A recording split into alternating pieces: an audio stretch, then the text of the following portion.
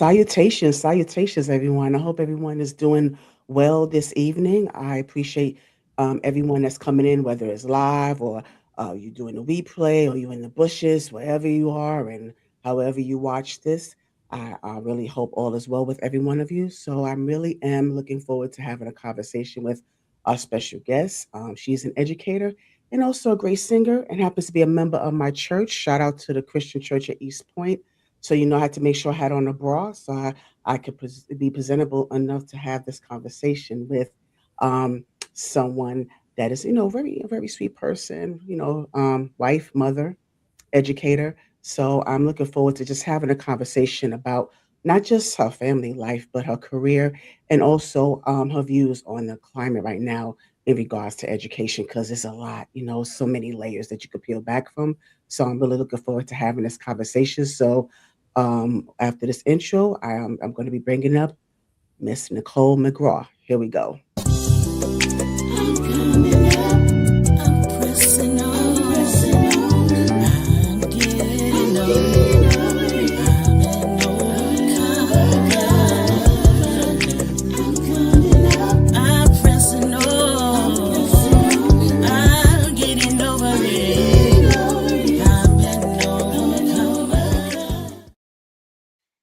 Yes, Mrs. McGraw, how are you doing this evening? Thank you for coming through to my little piece of platform.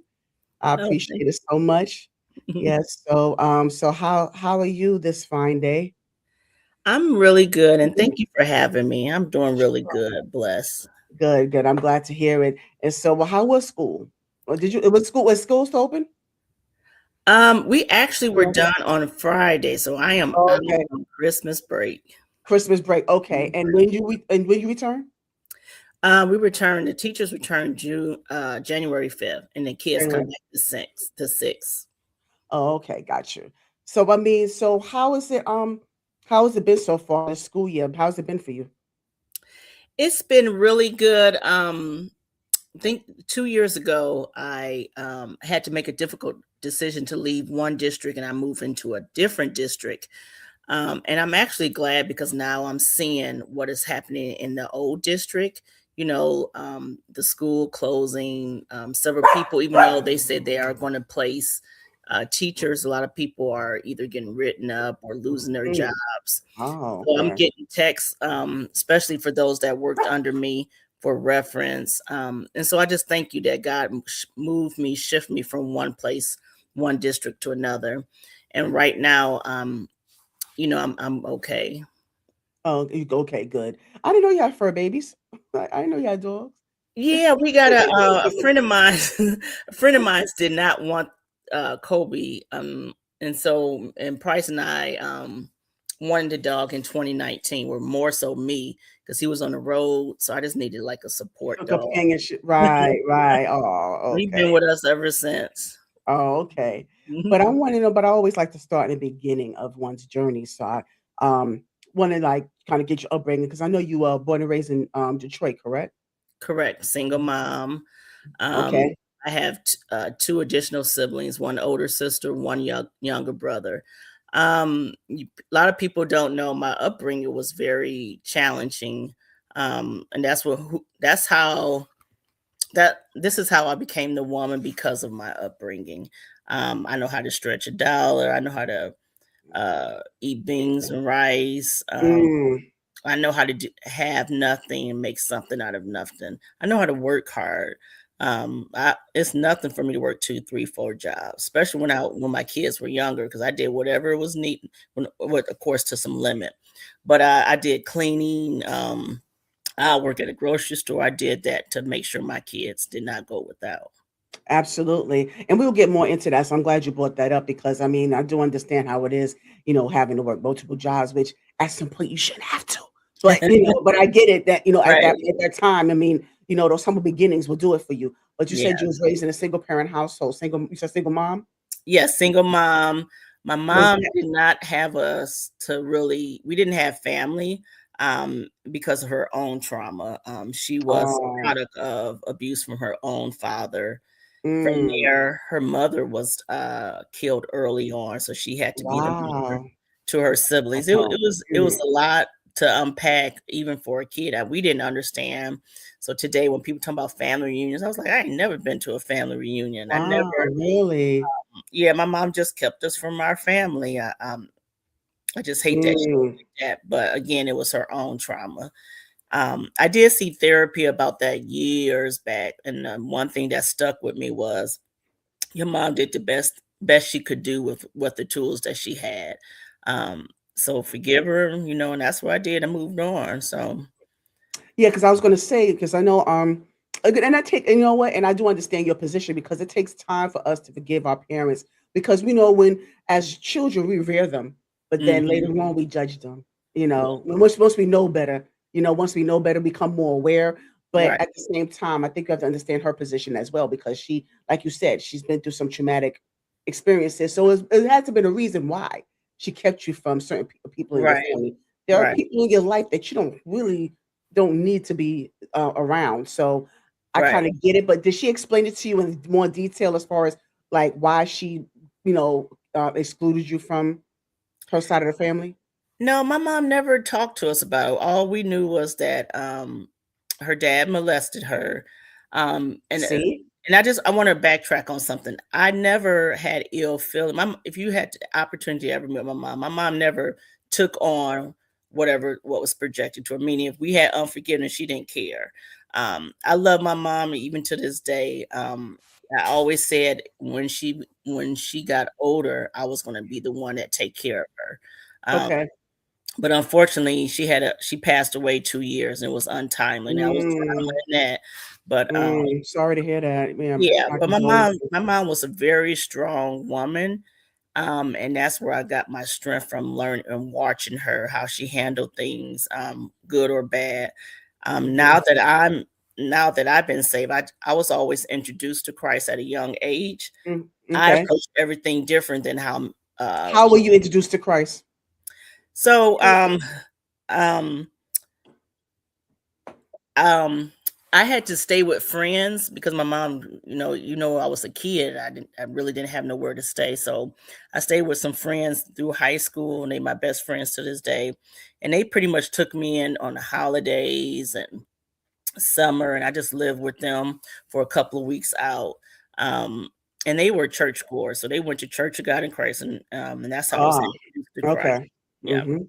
Oh, Kojic. So you know about the Kojic thing. Okay. Yes, ma'am. All right. All Yes, right. All right. ma'am. Tell me. All right now. So So now, so with your mom, so was your dad around? Or like what was that dynamic? no, my dad was not around, and I did not find out so much. I didn't find out till later. Um, no one never told me. My dad was a drug addict. I Mm. found out on his pretty much on his deathbed. They called. I was working at KIP, and I got a call. I said, "Your dad is on life support. You got to make a decision." And this was his sister called me. I was like, I ain't heard from my dad in years. I don't know what to do. Um, so I didn't make a decision I did not have to make the decision. I just sat on it for about 2 weeks. Because I didn't want to drive to New Orleans by myself. A friend of mine drove me Oh, down he there. was in New Orleans. Oh. Yeah, he was in New Orleans, You have and you have family in New Orleans. no, No, that's no. just where he You landed. just oh, we just live. But I Yeah, wonder why was that your decision? that's because I was the next of kin. Oh, Yeah, oh, because my okay. mom and my dad was divorced when we were kids. Okay, So okay. in order to pull them off life support, the next of kin had to make that decision. And since me and my Mm. brother was alive, of course they were not gonna call my brother, so it was me. So they called me. Oh, okay. And what Yeah, was that like for you, like, to have to be in that position? I mean, were you able to you said, okay, at the time, did I was you just in shock. I was right? like, I Because was were you like, able "What to the world? I ain't heard from him in forever. How do I make this life right. altering decision? What do I do? I didn't know It what was to do." right, and without any closure, right? Did you? Because you didn't get to have Right. any closure or I didn't have no anything. closure, nothing. I didn't get to say goodbye. I didn't get to say, like, "Why was you not in our lives? What was going on with you?" Um, and so I called up to the hospital, and the nurse, the lady that, attend to him, she was not supposed to disclose his records, but she said, I was, uh, Brown at the time. She said, "Miss Brown, your dad been here every time he OD." I said, "OD?" She said, "Yeah, he's a drug addict." She was very kind, but I no Mm. one told me. Right, you had no idea. Did not have any idea that I was a product of a drug addict. Um, she told me, she said what happened was he was clean for a while and then he took a hit and he had a pacemaker and he dropped right to his death. Oh. Oh, mm. Yeah. Oh, so it was a drug-induced cardiac arrest, it sounds like. Probably so, yeah. Yeah, yes. Oh, hmm so you made so you had to make that ultimate decision, and so Yeah. that was a lot to process in itself. Right. So I'm gonna be honest, I never made the decision. I never made it Oh, you in didn't? time. Oh, He ended okay. up passing away by the time got down there, which was 2 weeks after. So Mm. oh and so my auntie was like, "You gotta pay for the funeral." I said, "What?" What? I said, "This is too much." We always my mom always called her the mean Typical, typical. You see mean how aunt. you see how family do? They Yeah, pop up out of nowhere talking about paying for funerals. I mean, they just pop right. up out of nowhere. They told me I You had know, to pay for I'm a single mom. I said, "I don't have 2 plus $1,000 at the time." Pray how old were you at the time? probably in my You was an adult already then. yeah, I I was mean, adult. I was probably in my 40s or oh, 30s, but late you have to 30s. say your age. Oh, okay, you have to tell your age. Yeah, Yeah, but you was an adult at the time. I But was an adult. Yeah. oh, okay. But yeah, it's family. There's something else. I Mhm. tell you, you just and Yeah. see now you see why your mother didn't want you to deal with them. You see, Yeah, and that was the now you mean see. eye. She always told me about the Yeah, mean eye. The mean eye was like, "You gonna pay yeah, for this?" I was like, how are you gonna just tell me what I'm gonna do?" right. So They just thank gonna put that God, on you. because none of the sisters came to my rescue. They was gonna just let me figure it out and struggle. Of I course, praise yeah. God It's before. unfortunate. Yeah. Yeah. Vera's husband actually paid, Green paid for it, praise God. I was so grateful. Came up to $2,000 because we ended up cremating him. Mm, And, and then he held a dinner, in honor of my dad since he was cremated. I was just like, "Thank you, Lord," because I said, "Lord, I did not have the money for that." It was just, right. y'all And it just was sprung called up me out the it was blue. sprung up on you. First you got in contact with, from a family member saying that your father was, in his deathbed, first of all, and Right. then he ended up passing away without any closure, and here somebody go pop up talk about you gotta pay for a funeral. I mean, that's just Right. I mean, really? Yeah. Why they I'm like, where they I find was just like, "Lord, you got to that? help me because I don't know what I didn't Yeah, know." but I'm glad that someone stepped in. Yeah, it Like you worked said, out. that through the grace of God, someone stepped in. So at least your father had a proper homegoing, and they were, Mhm. they was able to celebrate his life, for what it's worth. So Right. um, but that closure, I mean, I'm sure that you have that closure eventually. You know, Yeah, the I outcome. just Yeah, to but me, I mean, no rush. I mean, no rush though. But I'm just saying, yeah, eventually, yeah, die way, way, way down the line. yeah. But I want to go back, Nicole. I want to let me just say, Sister Nicole. I'm gonna go back a little bit, because I like to go into when I talk about upbringing, especially when it comes to school. I would definitely Mhm. want to get into that with you even more so because I like to get into the elementary and junior high school phase because we always go into high school and college because of course Right. those are pivotal times and those are major milestones, but nobody gets into the elementary and junior high school. So I wonder what that was like for you because those are pivotal times as well. We don't think about it as much because because just like we have a growing up period during high school and college, we most certainly have our growing up periods and self discovery in elementary and junior high school. Right. So Right. I'm just wanting to know, like, what was that like for you in elementary and junior high? Like as far as academia, did you have any influences in your teachers or faculty? Were you a part of any programs or you know self extracurricular activities? Yeah, I ran track and I was in the Upward Bound program. Oh, wow, I haven't heard that in a long time. Outward Yeah. Bound. Yeah, Upward Wow. Bound. So you was outdoorsy? You a outdoorsy person? No, well, they had an academic Upward Bound, meaning Oh, because 'cause I'm thinking about, maybe I'm thinking about something else. I'm thinking about, like, that's more of like a yeah, I outdoor know type what of you're talking about though. yeah, yeah. Mhm. Oh, I didn't Yeah, know it this was was more I didn't know it academic. was academic. Oh, I didn't know there was a version like that. Okay, so tell me Mhm. what that entails though, like, give me some insight on that. So they if you get into the program, I forgot what age, was it, ninth or 10th grade? It was probably 10th grade and beyond. You They talking offer about you, hey, they wait a offer, minute, wait a minute, Sister Nicole, you talking about high school. I'm talking about junior high oh, and oh, elementary. junior high. I'm sorry. In elementary and middle, junior high Yes, school, yes. I actually played an instrument, clarinet. You I did. You played a clarinet?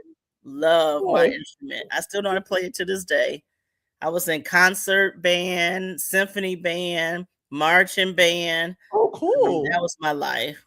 That is cool though. I like that. And no, Mhm. because you don't hear about many marching bands at that in elementary, junior high school. You see, you don't Right. hear about bands, and I just wish they would just bring back music in our schools. But that's a whole other Yes. Yeah, conversation we'll get funding. into. Yeah. Yeah, but that's oh, that is so cool. So did you go like did y'all play in tournaments? Did you go to different schools? Other like did you go on the road with this the field Yeah, trip? so, Yeah. I had to audition to get into symphony band, which I made it, Mm, and we would, perform, I think maybe during spring break. We went to Orlando, I believe we went to Chicago, and some other places. Never, rode was flew on an airplane until I, was in symphony band. And I okay. remember my ears were hurting. Now I know what it was my Mm. sinus drainage. But that was my first experience on a plane. So I got a lot of my traveling experience just in the programs that I was in. Oh, wonderful. Where Yeah. did you travel? Where's some of the places you Uh, travel um, to? as an adult or as a What's some of the kid? places you travel to? As an adult, I've No, traveled as a kid, when to. you was in a band. Oh, a kid. Yeah, you No, have as a to. kid, when you was in a Yeah. band. As a kid, I believe, oh, I know Orlando. We won there. Orlando, Chicago. Um, I don't recall nowhere else. No, it's all right. That's all right. I just want to see what that experience was like for you, because we don't hear much about that. So, Yeah. during the time, like I mentioned before about self-discovery. So I want to get more Mhm. into that. And like I said, we're still in elementary and junior high. So do you recall what you discovered about yourself at that time? Do you remember? I was an awkward kid. Mm-hmm. Um, I was bullied in junior Oh, high, no. Were you probably now? middle, probably elementary as well, but Mm-hmm. more so in junior high. So, and then I was getting taller. So I was an awkward Mm-hmm. little Yeah. black Okay. girl Mm-hmm. who was tall, and then really didn't have, my mom was home, but she worked, but never really had no one to talk to about, body change. I remember I had my first woman experience, period, and See? I tried Mm-hmm. to hide it because I didn't know what this was. I thought something was wrong, and my sister found out, and of course she told my mom, and I thought it was more of a punishment. I was gonna get in trouble. Didn't know that's a natural thing. It's Right. Right. okay. So that was the type of experience I had. It's just that I had to. Mm-hmm. Everything was trial and error, and didn't really have the support that was needed in my development as a young child. So you didn't have that support, like not even from like people from anyone from your school, any teachers, anything. They didn't tell you how to, do like the hygienic stuff, how Mm-mm, to pick the right type of, you know, personal items. No. mm-mm. I had to learn on my own, which I was like, wow. So that's why I was like, I was very trying to be very hands-on with my daughters. This what you need to do. Yes. This what Oh you yeah. I had a little package for 'em, all that stuff. I just did not Absolutely. know. So no wonder, Wow. yeah. So okay. And then Let's see. Let's see. You my see. sister was too much into herself, or by then she left home. So by then I didn't have no one to talk to. So her and my Oh mom had a wow. falling out. So she ended up going sign up for the military. Oh, she was in the military. Oh, Hmm. okay. So what branch? She did army. Oh, wow. Oh, so you Hmm. were kind of like and did she ever keep in contact with you at least? Did she ever maintain any contact with you at some point in your childhood, in your So I thought that previous. she didn't, and when she came home years later, when we were all adult married, she had animosity towards me because she said, "I used to write to you," and I said, Wow. "Mel, I was a kid. I didn't know you write to me." Found out my mom kept those letters from What? her. Yes, Why? I don't know. What? But keep in mind, my mom was dealing with her own I trauma. know. So yeah, But I mean, I understand, but why your sister? Why not have allow you to have contact with your own sister? yeah, I don't know. So Wow. I Wow. never I never knew. She said, "Yeah, I wrote to y'all. I tried to send y'all Christmas gift." Oh Um, my goodness. we never knew. Oh, so okay, so now I'm starting to understand why you had that resentment now. Now I'm getting it. Okay. Well, no, Yeah. keep in mind, for whatever reason, I did not resent my mother. I had more of a But hurt. at some point you did though. At some point you had to. I mean, it's okay if you did. No, At some I point. agree, but Yeah. I always wanted my mother's affection, so I don't Mm. think I ever had the time to resent her. I love her. Oh, okay. Got Yeah. you. Got you. So I never resented her. I didn't understand why she did certain things, especially concerning me. But I was just like, I still love her. I Hmm. said I still would take Right. care of her. So Yeah, but I mean, yeah, but just kind of just limiting that contact with your sister. That's yeah, kind of harsh. That's yeah, harsh. and it made it harder when Yeah. when we got older because we're not close to this day. And it's not. My Oh, sister tried to wow. say, she just living her life. But I said that's not normal. We're family. So Right, right. yeah, So even with her becoming aware of the fact that it wasn't your fault that she tried to reach out to you, you yeah. still wasn't able to come to a resolve at all? No? No, it's not. I tried to have conversation with her, try to be real close, and she always say it's not about you, it's about life, and I'm living my life. I said, well, Mel, it's not normal that we're not close. We're this is all we have. Um, Right. but at the end of the day, it took many years of prayer, like Mhm. 20 years, because I've been trying. I cry about it, pray about it. But I just made resolve that, at the end of the day, if people want to be in your circle or in your life, they'll make room for you. And they Mhm. don't, you got to be okay with it. Gotta be yes. Yes. Sister or no sister. Yes. Yep. Absolutely, because you can't force anyone to be a part of your life, Right. and so if her journey doesn't necessarily align the way you want it, so be it. Enjoy the life that you have, with your Right. beautiful family, and we're gonna get more into that too. But yeah, Hmm. but I'm hoping that at some point, you guys will, engage, have a different engagement. But if not, don't feel any kind of way. Yeah, yeah. Everybody's on I their made yeah, peace with it. I did yeah, check on yeah. her the other day, maybe last week or so. I think around things before Thanksgiving. I said, "Well, how Mhm. are you doing? Are you having anything?" I didn't ask to come over because I used to Right, like, right. I just said, "Oh," and she told me what she was doing. I said, "Okay, I love you," and I Okay. didn't stay on too long. I said, "Lord, Mhm. I'm learning," because the old Nicole be like, "Can we come over, or you can come over Right, to our right. house?" You know. I Mhm. had invited her to my wedding. She didn't even come to my wedding. Now that hurt. Oh, Now yeah, that that hurt is me. hurtful. Yeah, Yeah, yeah, that 'cause is I invited hurtful. my mom and my sister. And my sister said, I never got the invitation. I said, well, I can give you the address right now so you can come. So I still sent it to her, but she didn't show up. So I was like, Mm. I make excuses. It ain't like y'all didn't know. So Right, right. mhm. Yeah, I'm sorry to hear about that one. Yeah, Yeah. your But you know wedding. what? My Yeah. wedding, I would definitely say it was a beautiful God. Mhm. God knows all things, Mm. and He knew that who was supposed to be there. My sister, Right. my college roommates were Mhm. there, um, Okay. and my brother was there. So God made sure I did not feel any voidance. Good. Um, Yes, I'm yeah, glad to hear that. Yeah, so mhm, that's a sign of relief. Okay, that's a good yeah. that's good to know. It was Yeah. beautiful. That was one thing I was worried about. And it was fine. We did it. Price and I did it our way, and it was beautiful. God was See? there. Yes. Pastor Rand Mhm. was a who, he was it was anointing and he was funny. A lot of people showed up. I was like, oh Lord, I didn't know how much I was loved. It was a lot of people Yeah, there. see?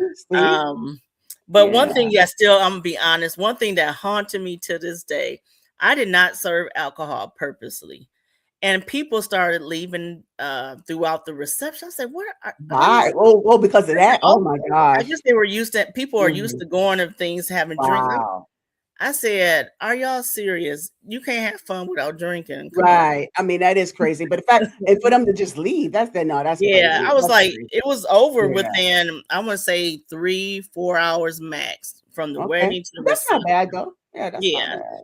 I said, Okay. okay, I was Yeah, fine but with it to though. leave for that reason, though, but I mean, oh, but just overall, leave. I mean, yeah, Yeah. that's crazy. That's crazy. But okay, but Mhm. let's but going back, so Mhm. we got into the elementary, the awkward stage, and being bullied. Unfortunately, I can't stand that, and Yeah. and that's the thing about it when it comes to bullying. Remember growing up and I was taunted as well.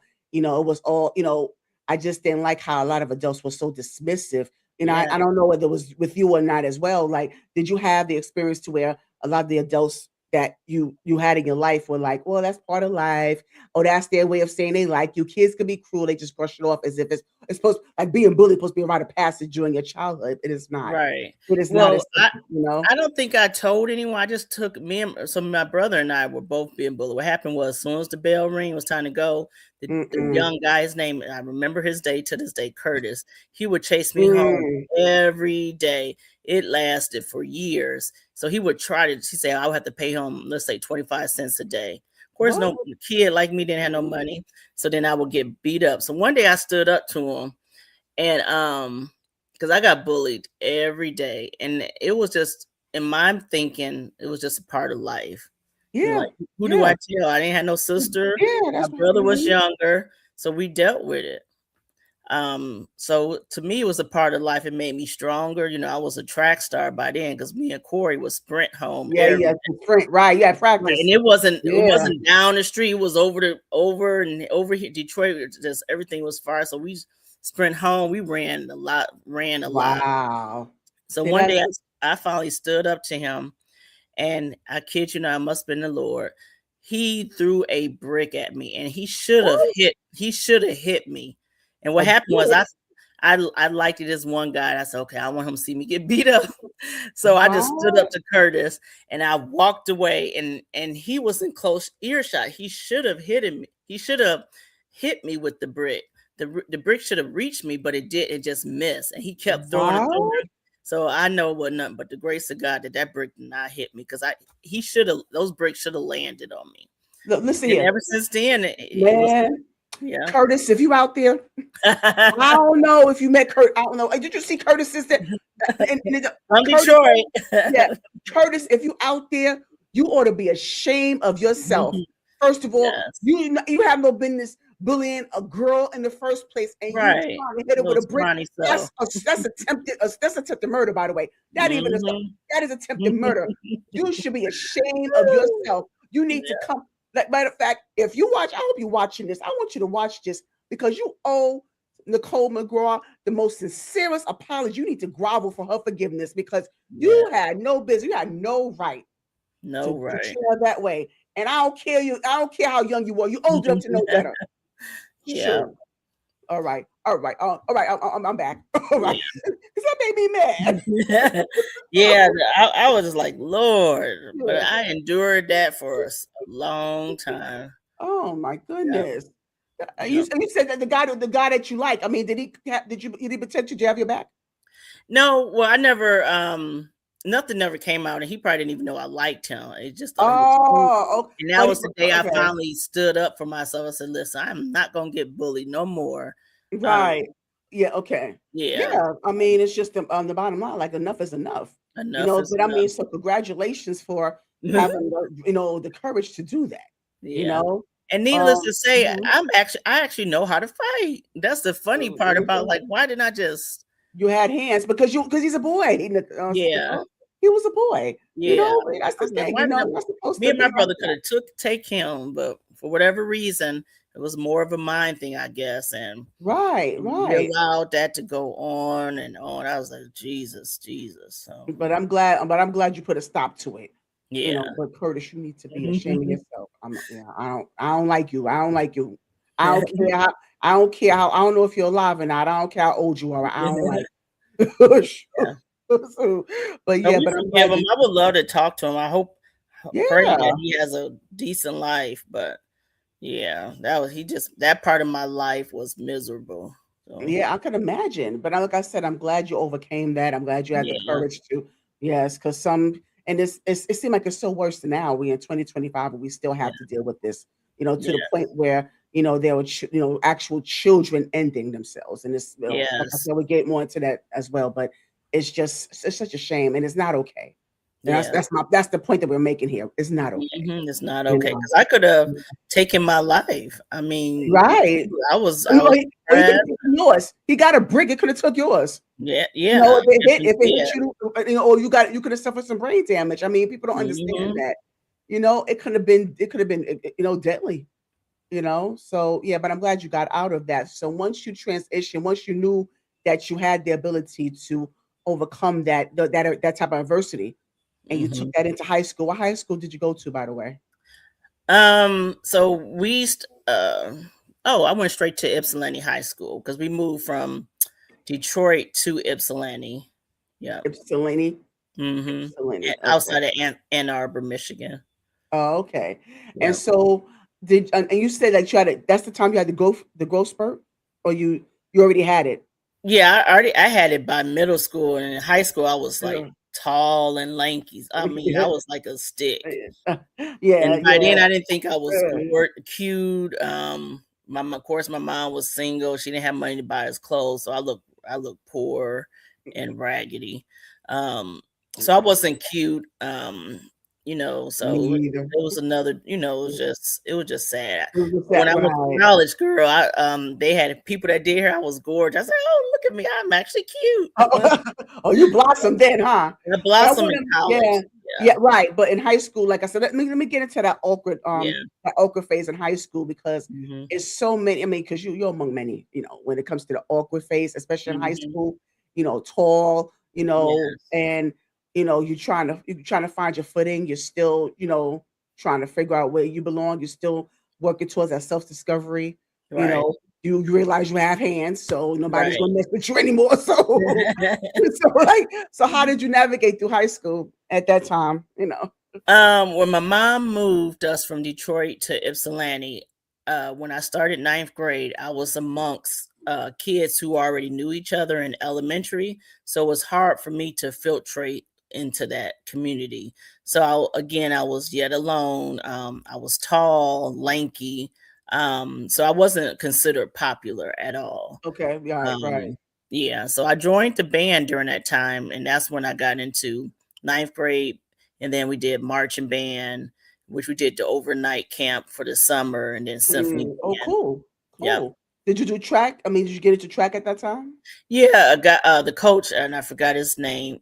He approached me. They wanted me to play basketball because of my height. I was like, "Sir, Oh, because I'm right, tall." right. I Not everybody mean, talk. Right, not everybody talk. Yeah.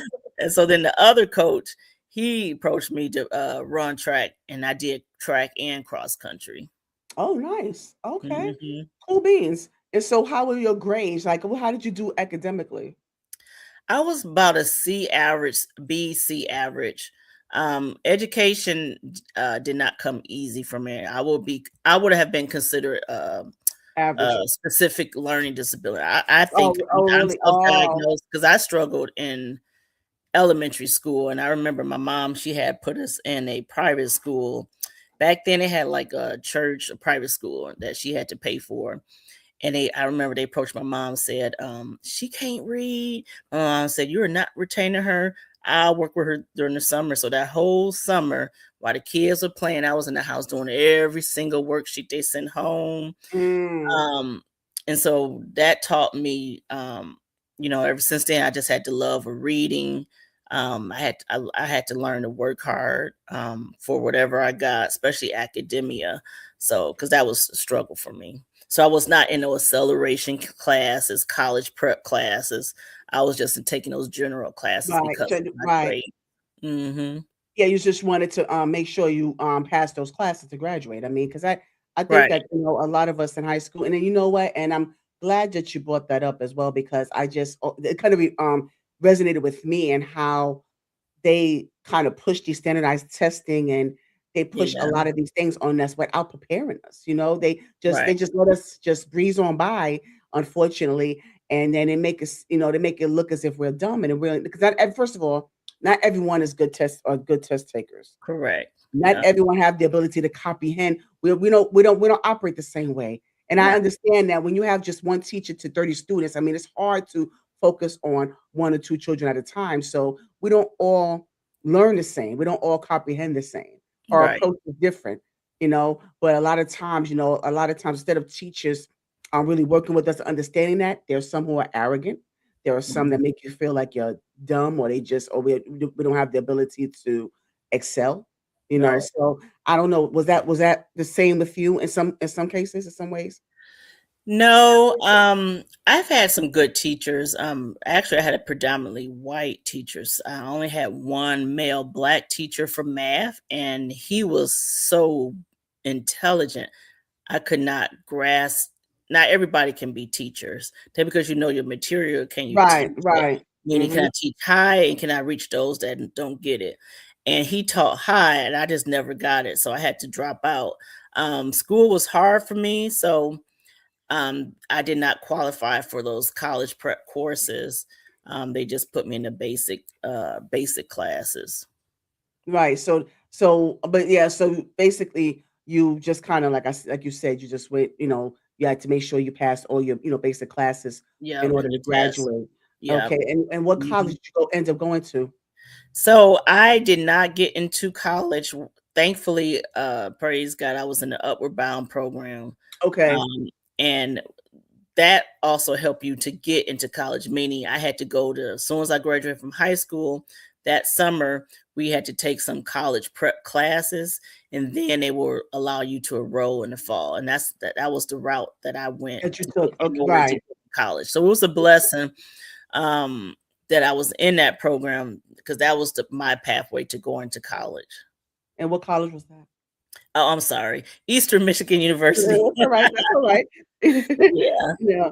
And so, did you stay on campus or?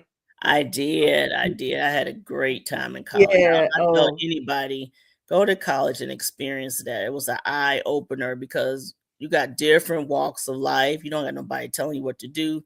You had to make your decision of getting up, eating, just whatever. yeah. Anything can go. Yeah.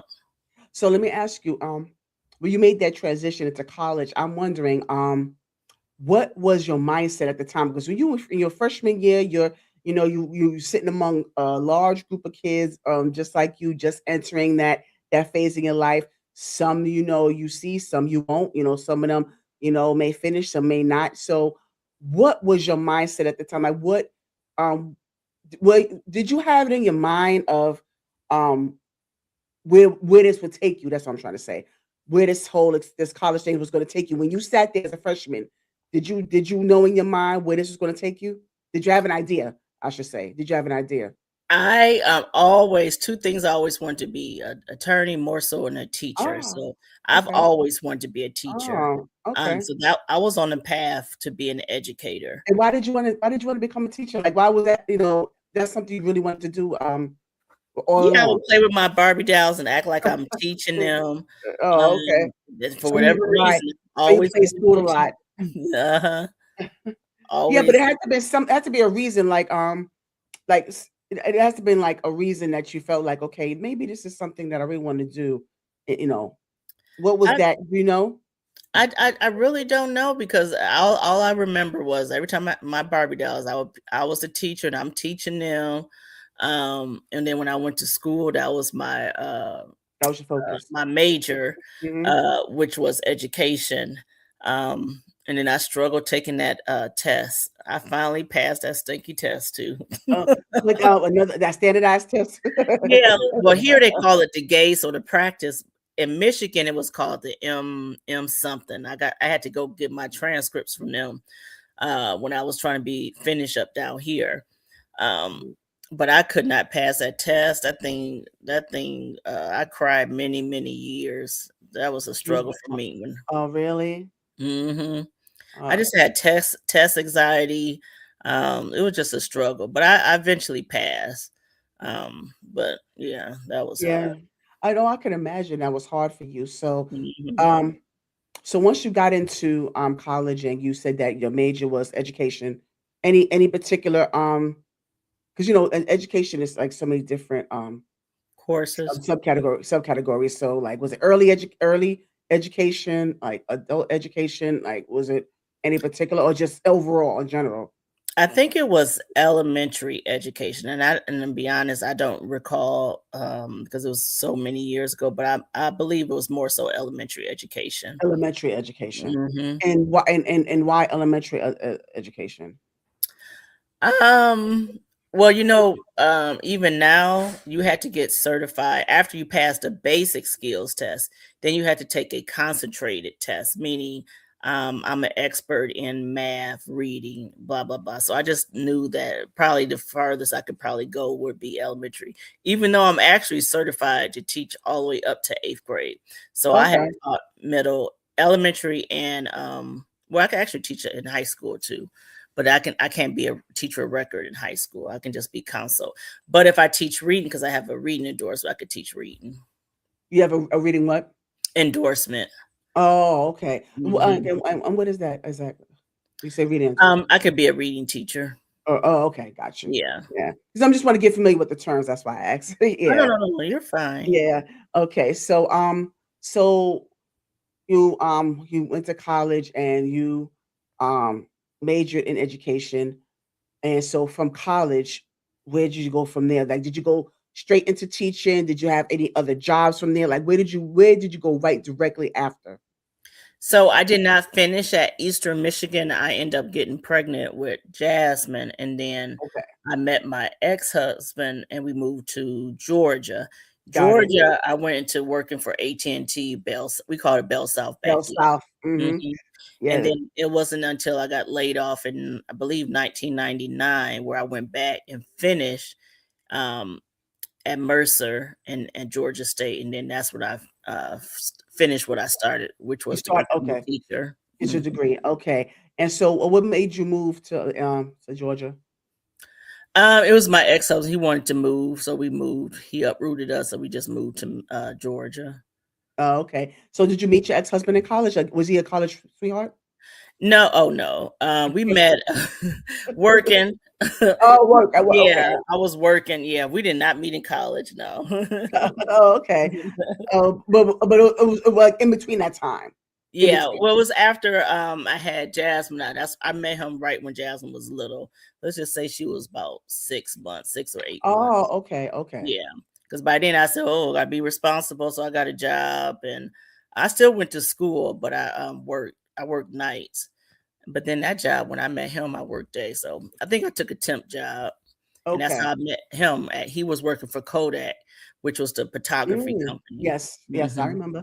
I remember Kodak. Yeah, yeah. Hmm. So now, because I want to kind of just get a little bit into more of that because I just like to kind of get a better understanding from different perspectives as far as how you go from, when you go through one marriage to another, like you go through marriage, you go through a divorce, and then you have the blended family. So I Hmm. wanted to get, but I'm gonna get more into that. But I just wanted to kind of see where you were at that time when you had your daughter Jasmine.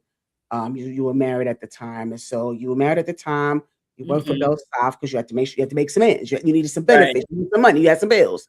right. You Once know? we moved to So, yeah, Georgia, once you moved to yeah, Georgia, right. yeah, And so what was that experience like? Because I know that's another form of self-discovery right there, yeah, building that family life at that time. right. So, And I was in my early yeah, 20s, so I right, was totally like, different, yeah, so totally I had to different. Yes, grow up yes. real fast. So, um, what did you want to know again? I'm And I sorry. wanted to know, that's all right. Now I wanted to know, like, what was that like? Because that's like I said, it's another form of self-discovery because you entering in adulthood now. You're Yeah. becoming an adult. You had to put college on hold for a little while. Because you had, Hmm. because you had a child to raise, and so you had to work, and then you have a husband. So you start your family. So I wanted to know Right. how did you navigate through Um, that at that time? When because you were younger, younger then. So how did you navigate that at that time? yeah, I was just young and I just learned, felt my way through. By then I was planted at a great church. So I had a Oh, good okay. godmother that was a godmother to Jasmine. Um, but I made a lot of errors and I had to learn my way through it, but it was hard. Yeah, of course, of course. Mhm. But you attended church at that time. Was the whole family going or just you and your daughter? Yeah, we were all going. Hmm. Yeah, Okay. And yeah. so once you decided to go back to school, and that's you got your bachelor's at that time, or you said you went back, got your bachelor's? Well, I didn't so once I got laid off in '99, by Um, then I had, when I was working for AT&T Bell South, uh, I don't know if I heard through the grapevine or whatnot. I didn't have no degree. I had college credit, but in order to okay. keep my decent job, I went back to school and I went to Mercer and I got a degree in organizational leadership. And then I got a project management certification at DeVry. Oh. Oh, Yeah. okay. And so it wasn't until they laid me off that I went and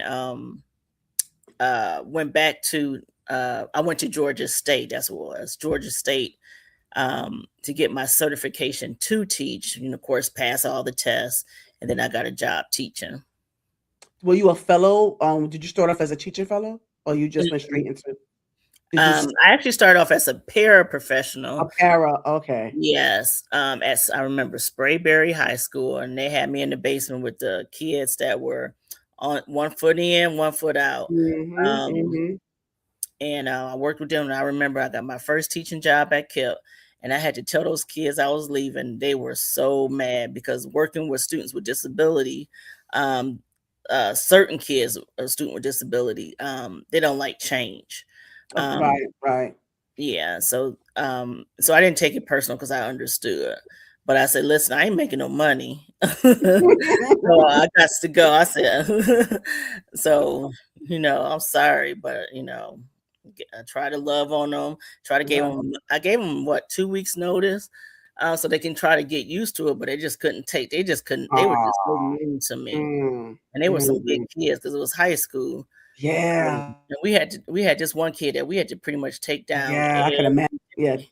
So I was like, "Listen, I ain't gonna fight you today, sir." Oh, But no, no. yeah, Yeah, mhm, you don't wanna do that. Yeah, because these kids, boy, I mean, they have no fear anymore. Nowadays, they have no fear of they anybody, don't have no fear. at all, and Yeah, that is scary. So, and I mhm, wanna get more into that too because, I mean, I don't know how you do it, but we're gonna get more into that as well because I just wanna 'cause I wanna establish a timeline. That's why I'm trying to make sure that I cover some yeah, 'cause you ground. get me to tell you all my business. Pastor Yeah, Raymond trying to get yeah, me yeah. to give a testimony, and I said, "Listen, I'm just moving forward. God is good." I said, I thank God I don't look like what I've been through." Absolutely, absolutely. Yeah, but I mean, because I mean, we all, we go through our struggles, and sometimes it's hard to disclose certain things. But you said that you went to therapy, so that's something that a lot of people don't even think about or consider Mhm, doing. So I commend you for that. yeah, Um, you know, so mhm. okay, so when you started, teaching, you first, that was your first teaching job, right? You said that was the first teaching Yeah, job. my first teaching Okay, job, yeah. and were you still married at the time, or you that's Oh, no, I was, divorced by then. Okay, so you became a single mom, so now you really had to get in the grind, and Yep. and so what was next for you? Next for me was so I was teaching there. I think I did 7 years at KIP, and then I was Oh, okay. able to go to APS.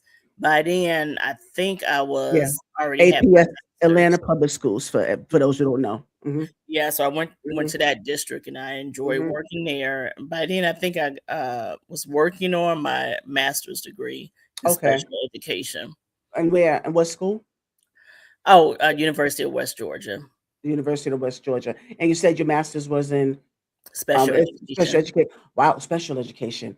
Yeah, I remember Mhm. those days. I was in special ed. Yeah, shout out to Miss Jones, my teacher. Yeah, but yeah. So I mean, I can imagine how challenging that was. What grades did you teach then? What grades were? I've been middle school for a long Oh, time. middle I school. just Okay, recently that's went been back your to lane. that. Okay, Yep. So when I got my first teaching job was middle school. So I've been working with those kids for a long time, for 7 years at that district. Yep. okay. So let me ask you, Sister Nicole. So being that you have this background in special education, and like you said, that's been your lane for all these years. How does you teaching right now resonate with you, and how you had, how you had to be a student back then, like being a student, being in junior high school, having to endure bullying, having to endure certain things, lack of support, having to figure things, certain things out on your own. And so when you interact with the students now, how does that Right. resonate with you? How it was, as a, being As on a the other side of teacher. the fence. So my teaching practice is one that I actually try to reach all my students, and their learning ability is totally different. So Yes. my perspective, one, I have to be patient. Two, I don't literally leave no child behind. Um, I will shout out to Kip. When I worked for Kip, we had the mindset of reach every child. And when I left to go to other districts, I did not see that same practice. Mm, I thought all teachers care. I thought all teachers go the extra mile. I don't, if you're in my classroom, parents have my telephone number. You can call and text me till this mm, day. That was a practice we had in the KIP, and that's a practice I have always adopted when I left to go to other districts. So I call my parents on my phone. They be like, Miss McGraw. I said, it's okay. I know it's 6, 10 o'clock. Whatever they baby need. wow. I am one that is invested, and I'm really appreciative for my co-teacher. Me and her been together for 2 years, and she is a dynamic teacher. When I say she teach children like she teach her own children, and That's then amazing. we got it so that she takes a group, I take a group because we want to make sure that we reach those How kids. many children do you teach? How many are there in your There's class? 20 right now. There's 20 in our classroom. Mm. And so let me ask you this, because being a teacher, like I said, I tip my hat off to you. First of all, let me just say that, because I mean, being a teacher in any capacity, it's something that is not for the weak at heart.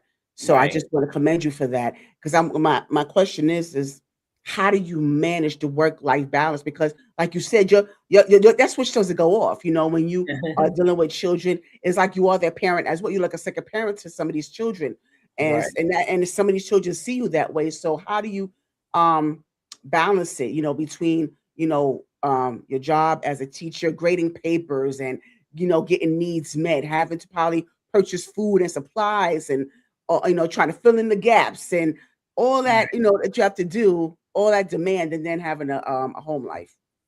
Right. Thankfully, prices on the road. What I do is, to be honest, when I get off work, I immediately come home and stay downstairs and cook dinner. When I cook dinner, I go upstairs, and then I get, if I need to write, depending on if I have to write, because I'm a special ed teacher, so I write IEPs. Right, I have right. to spend my evenings on writing those because there's no time in the day because I'm actually teaching. Um, and then I use my planning period in between after school to grade or put stuff in the grade book. I've always been one that is a master of multitasking. So and then I operate off a task list. So I have a checklist of immediate stuff that needs to be done, and I get to a stopping point and I can finish it, and I plan it where I can, if I need to finish it for the next day. And I'm not on the computer more than an hour or two if I'm at home, and it's not every day. So Oh, so now let me ask you. So I'm gonna go back a little bit, because I want to know, like, at the time that you was teaching, and how were you able to incorporate what you taught, or what your approach towards your children at school and your own children? Did you how does that experience like for you, being a teacher to your students, and then being a parent and a teacher at home with your own children? yeah, my kids would tell you mama was a tough cookie. I would tell Yeah. you, and I think that's why Yeah. they're successful to this day because Mm. um, Yes. so when I have these meetings with these parents and they say how hard it is, I said I have to remind them I was a parent of three. My kids was not allowed to come home and watch TV. I checked their homework because a lot of them say, "Oh, I'm busy. I'm at work all the time." I say I work two jobs, and whether I was a teacher, so not trying to tell them there's no excuse. I say it's going to take a village. We got to work together. Yes, absolutely, If you absolutely. have to be at work, then do you have somebody else to help you, or because this time and day is totally different than how we were raised. If they after school, we allow them to stay after school, and we do tutorial. Michelle, my teacher, my co-teacher, and I, we will do tutorial, which is not required of us, but we will help them with their homework. So Mm. we also have that understanding that everybody don't have that support at home. So we try to find ways, whether it's lunch and learn, come back up and bring your lunch and get the help that you need. Wow, that's amazing. Mhm. Because just even listening to you, I'm tired. I'm not even in school, but I'm ready to go home. I ain't even in school. Yeah, it is. But you know what? Can you like just? I know you gave me some cliff notes of how you structure um your workload, but just take me in the day in the life real quick. Like your typical day in the life of Miss McGraw. That's on a Um, regular day. so I operate out of a calendar. If it's not on my calendar, it did not happen. So, like, even Okay. for this thing, I had to write it in because I will forget and not call it Yeah, you better menopause. not. But everything is in my calendar. From the start of the school year, I look at what because my job is supposed to be I'm an IEP teacher, right? IEPs have to schedule meetings, schedule reevaluation.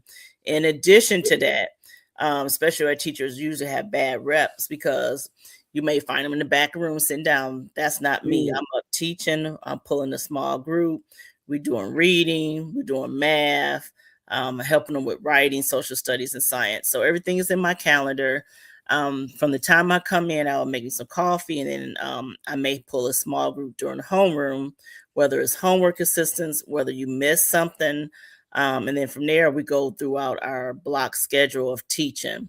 Um, the only break I get is possibly a lunch break, and there's a couple of times where my meetings went over because in addition to teaching, I hold IEP meetings, and this is the season where they're due annually, so every year. right. Because I'm the only fifth grader, I have 20 on my caseload that I have to write, and then we still identifying kids. So to be honest, a lot, and I'd be like, how do I do it? Yeah, I'm trying to figure it out. Those IEPs like 100 pages. Just so Right, you know. right. It depend on the disability and the needs. Um, Yes, I everything I'm gonna be honest, I plan everything out. Because I don't like to be one overwhelmed, two, I don't like to be unprepared. So because I mhm, plan it out and the dates are different, so like when we come back from break, I got 3 that month to write. I already wrote one already, and then I use that week. We come back to write the second one for the following week, and then vice versa. So like right now, I had to think and prepare. Um, and now I'm actually able to woosah for break because I made sure I did yes, everything yeah, based on my absolutely. schedule.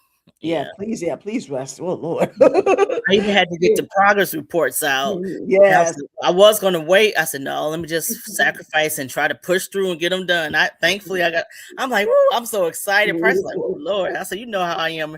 He said, "I like this holiday, Nicole, because I'm like, I don't gotta do no work. I put my computer up. Yes, All I right. open it to have this meet with you." Yep, that's right. That's right. But everything you have to prepare, and then however, I will have to open it on Sunday, uh not this week but the following Sunday, to do lesson plan, but we already talked it out, so I already know what I'm gonna write up. Okay. Yeah. So let me ask you, so children got the attention span of a pea. So how do you keep their attention? How do you how do you really like get them to really focus? Because that right there, somebody's going to be disruptive. There's going to be someone that's going to give you a hard time. There's going to be someone that's just struggling. So how do you keep their attention? One, you engage in lesson. The kids that I work with uh, are low, meaning they're maybe 2 to 3 and below grade level. So I teach fifth. Right. So I teach. My co-teacher now, she takes the third. Who, if you place 3 and up, she takes those kids, and I take 2 and down. We That's the best way we can get the best bang for our buck. Um, and so I have to really, I do a lot of repetition with them because of their working memory. And I'm gonna just be honest. If you know me, them kids really, they know I love them, so therefore they give me the respect. And I said we don't have time for disruption. Um, I'm just gonna be honest. And if you want to disrupt, you're gonna have Miss McGraw, the mean McGraw. And you don't want that. No, Um, no. yeah. So for the most part, we've been blessed to have some great kids where disruption is not an option. We're trying to get you where you need to be. If you're disrupting me, then we're going to inconvenience home. Um, so that's the best way I That's the best way. No, no, I get it. No, can say good answer right there. it. Yeah, but Because so let me ask you. my Yeah, job is to teach, yes, and I told those kids, I said, um, if teachers allow you to just sit in the back room, they do not care about you. at all. Obviously, right. And I said, my job is to pick up, we got to bridge the gap of where the ball was dropped and get you to fifth grade. And it's sad that, so many kids have just been left behind. But Yeah, mm, I get about 2 hours for reading, seem like maybe an hour and a half. And then I still need more time. It's not enough because I'm yeah, covering phonics, I'm covering yes. high frequency Mm, words, I'm covering reading, merging.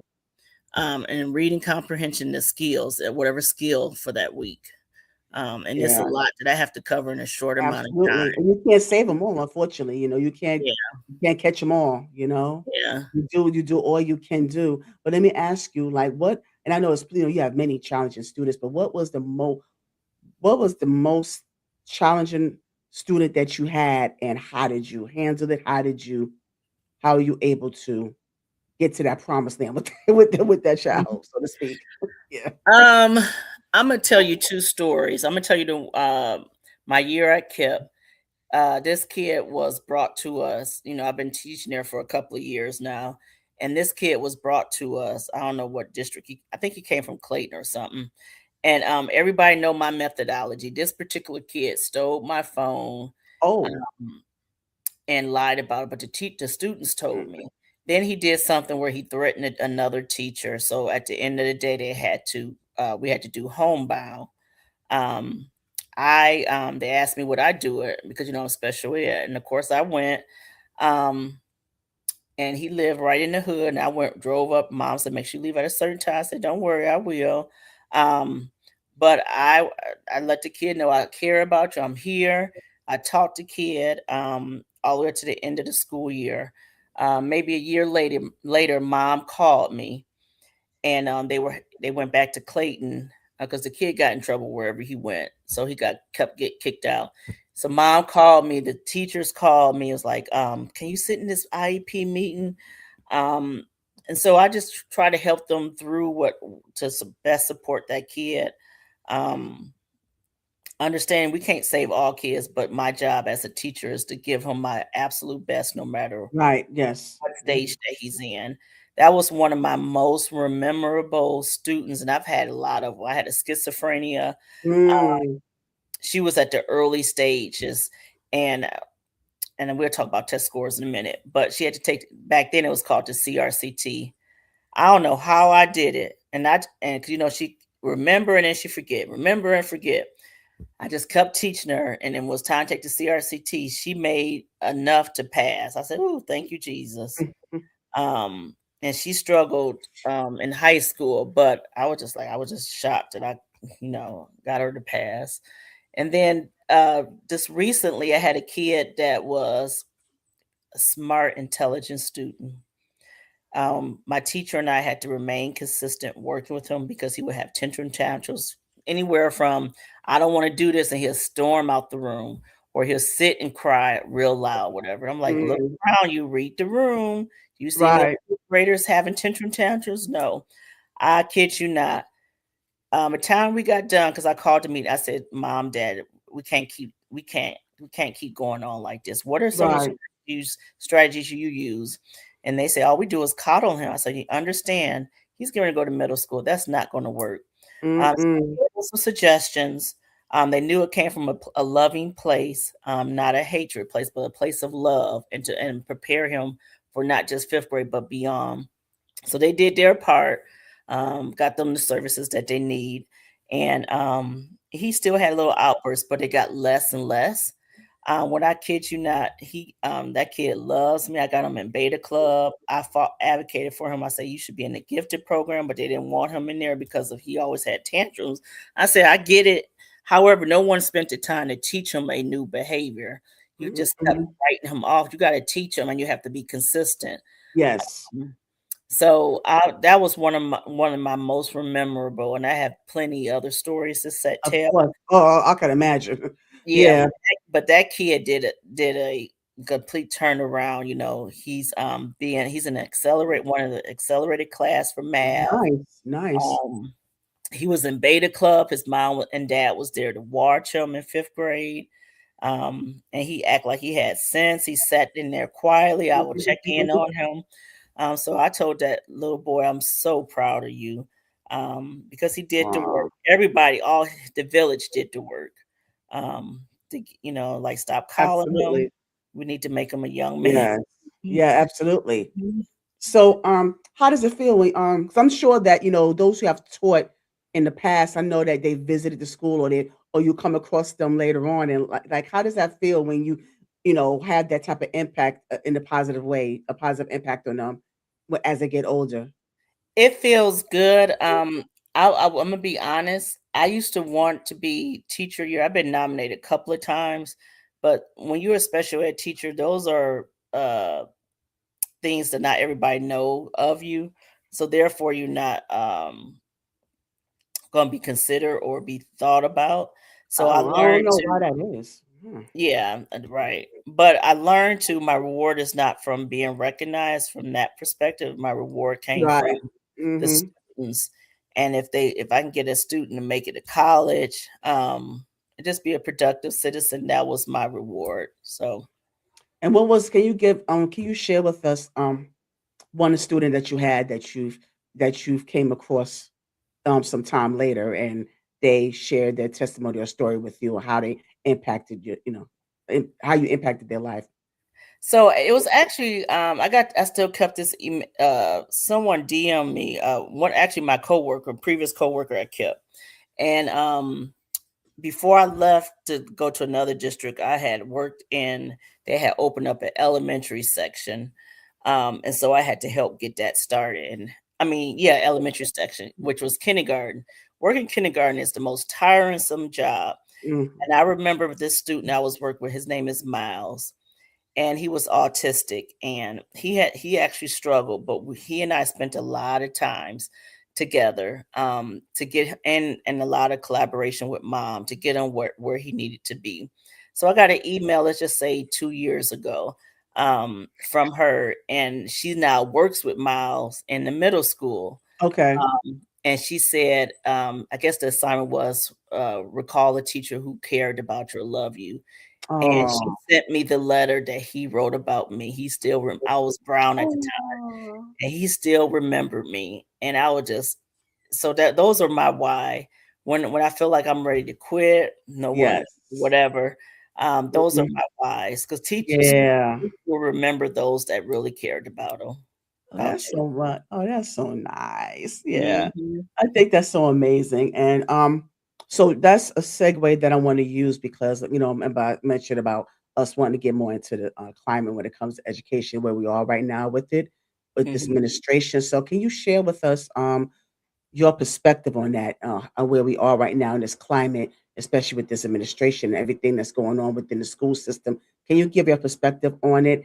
Like, okay, let me just kind of give us like some cliff notes on what you feel that needs to change. What is the current climate and the current bullet points of what the climate is like right now, and what are your suggestions of how we need to change it or how we need to improve it?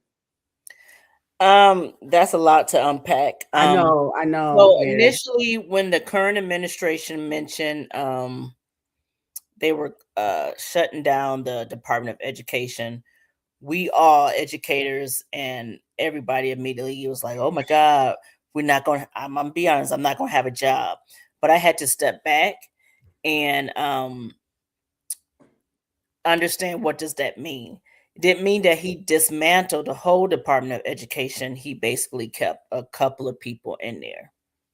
And it doesn't mean that special education is done away with. Right now, and be honest, we in a right now everything is business as usual. Nothing Mhm. has been communicated to us, me as a teacher, a special education teacher from the state. So nothing has been communicated from the federal to the state, and from the state to the district, from the district to us yet. However, the current district that I work for is very conservative with funding, um, meaning you're not going to see a lot of raise or a lot of funding for this, because we're whatever money that they do have, they want to keep a hold of it to make sure we're able to ride this wave out, whatever it Mm, may. Not so many other districts are so lucky that they were conservative with their funding or with their money, meaning we don't know if we're still going to get the same amount of money from the state, from the federal yet. Nothing has been communicated. So right now we're operating in a space of uncertainty. Now, if I had to mm, speculate, in every district, every school, every classroom is different on how they address special education. It depends on if your school leader, meaning if your principal have an understanding of how special education works, as far as how much money they're going to pool into that to make sure those kids get what they need. Just being in education for over 16 years, special education has always taken the back seat when it should be given the front. yes, Um, absolutely. Yeah. but that's how it has been, and we've always been treated the back seat. Meaning all the money is not being, scheduling Allocated. supposed to be Mm, scheduled around your students with disability, but it's not so. And again, it depends on the school because it's a case by case. Um, from what I see, I can only speculate. It's not the gospel. Eventually, unless you're if you're high functioning, you're gonna regardless of your disability, you probably be in the classroom of uh, general, general general class. ed. Mhm. But then you're not gonna create more than one classroom. So you're gonna have a classroom full of special ed students and maybe 3 or Mm, 4 general ed kids. So therefore, you're creating a program classroom, which that's out of compliance. And then your program classrooms are those kids that are cognitively, intellectually not able to function in a general ed mm, class. I think that's where we're going to head to. And then something I've always said years back, I think there needs to be a total overhaul of how education, special education, is treated. I don't know what those answers are, but but I think in the coming years we're going to see a different approach of how it's going to be handled and addressed. I don't think it's going to be for the better though. So mm. as a parent, I will always advise parents, again, something I've always told my kids. It used to be the rich and poor. Now it's that gap is starting to widen, and now you have the working poor. So if you have money, those parents are funding, and if you don't have the money, then you have to roll the dice and take a gamble in the education system and hope you get good Mm, leaders. hopefully. Wow. Mhm. Wow.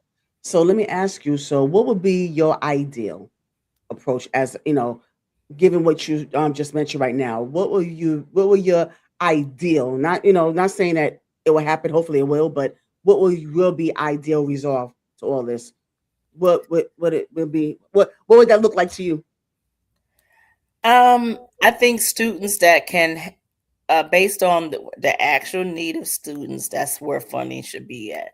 Meaning, if a student is able to function, if their least restricted environment is a co-taught classroom, let's have a co-taught classroom. But if their least restrictive environment is something other than a resource or self-contained classroom, we need to be able to fund that. But because of funding, kids are not being identified or play or excuse me, Right, they are identified, but they're not placed in the right right, placement. Yeah. right. Yeah. So let me also ask you, given you mentioned that I think it's what you mentioned, and like I think it's the foundation will start off is making sure the children are placed where they need to be placed based Correct. on their, yeah, based on their efficiency in this or Their their need. delays in that, Yeah. right, based on their need, Yeah. but And also then we but have the now funding for that. and that plays a part because that's why you have a lot of, that's most of the reasons why teachers are going, are leaving us, and that's another issue, the Mhm. lack of qualified teachers. because we see it like nowadays. I mean, these teachers are just out of control. I don't know what's worse, the students or the teachers. So it's like I go on social media and you have these substitute teachers or these teachers that are trying to be the student's friend, or these teachers are getting attacked by these students. So you Well, know, because these principals, yeah, the schools are not supporting. So right, these kids, I'm gonna be honest, these kids feel like they can actually say or do anything, and who gets in trouble? The teachers right. get in trouble. Hmm. So therefore, you put my job at risk. Thankfully, the kids that I work with um, have some type of reverence or respect towards me. Um, but there was times where a kid lied on me, and my principal did not. And there was another teacher standing there was witness, and I did They not. didn't back you up. They didn't. Mm. The teacher did back me up, but the Oh, they principal did. Oh, didn't back me up and because that's they even out. worse. Yeah, so they go by Mm. what the kids say, and Yeah, yeah. clearly the kid was lying. Um, so it's sad. So I'm always in the back of my mind say, what is my plan B? Because in the event that we not protected, I have to have a plan B. Right, and that's the problem. These teachers are not protected, Mhm. and I think there's not enough resources to protect them, and there's not enough resources, like you said, to allocate, and delegate where these kids belong. And so now this whole system is, so that's why I'm just really, like I said, I tip my hat off to you. So I want to just give you your want to give you your flowers, Oh, thank you. because because I mean, just because like I said, just it's just sharing your journey and just sharing um how much you mean to these children, and you being one of very few teachers that are able to reach some of the children. But it's unfortunate that like I said before, not everyone, not all the children are going to get that same advantage. They're Right. not or they're not going to benefit from a person like you. So I want to and given that, can you offer some type of encouragement towards some of the teachers and parents out there that are struggling right now, having to place their children and making sure they get the proper education that they deserve, and they feel discouraged because they feel like the children are getting what they need. So can you just kind of offer some advice and encouragement to those families and teachers? Okay. You know, Well, to my you know, teachers, there are quite a few great teachers out there that are in the trenches. I will encourage teachers to remember your why. Days that you want to mm, give up, that you mhm, want to quit, remember your why and allow your why to fuel the passion that you once had. For those families who was like unsure about putting their children in the public education system, I want them to understand there are a lot of teachers out there that is very passionate and will mhm. teach like their hair is on fire. That's a book. Oh, Um, okay. that would definitely teach like they're teaching their own children. So I will always encourage my families to partner with your teacher. It's not all on teachers to do the heavy lifting. Mm, Our mm, job is to the baton is passed from home to us and then back to home, back to us.